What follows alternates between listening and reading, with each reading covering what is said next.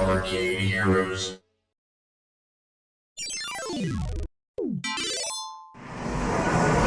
Hey everybody, it's Adam with ArcadeHeroes.com, and today is December 3rd, 2021, which means that Arcade Heroes is now 15 years old.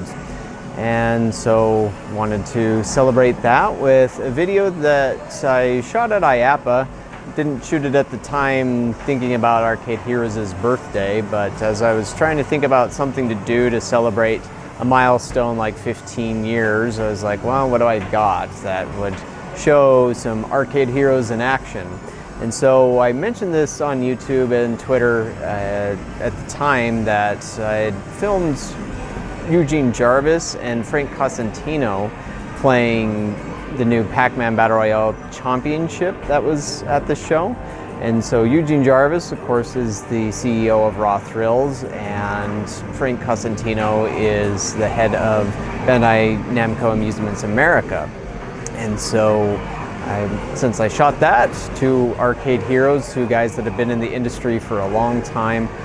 Frank, he worked for Atari Games as well as Namco. I believe he also worked for Bally at one point.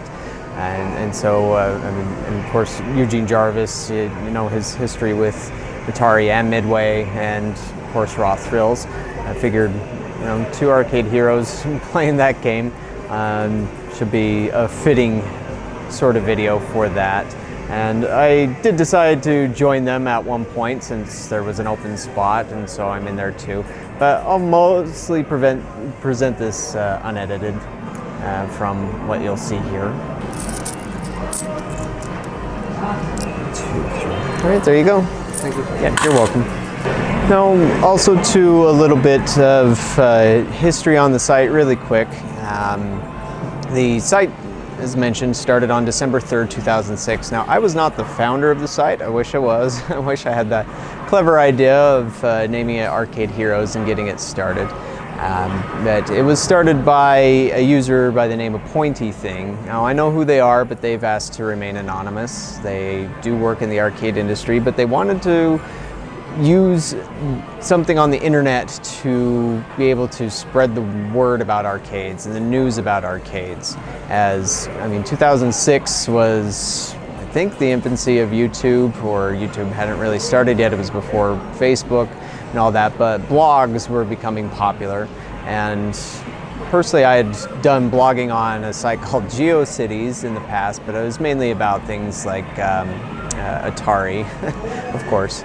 But yeah, so this was started by this user Pointy Thing, and they found a few other people interested in arcades and would write about those. I discovered the site in January 2007 when they first covered the ATEI show in London. That show's changed its name since, but there's always a London show in January that shows off new stuff. And for me at the time, finding any site talking about new arcade games just blew my mind, because I had already been researching that and looking to talk about new arcades on forums, as well as,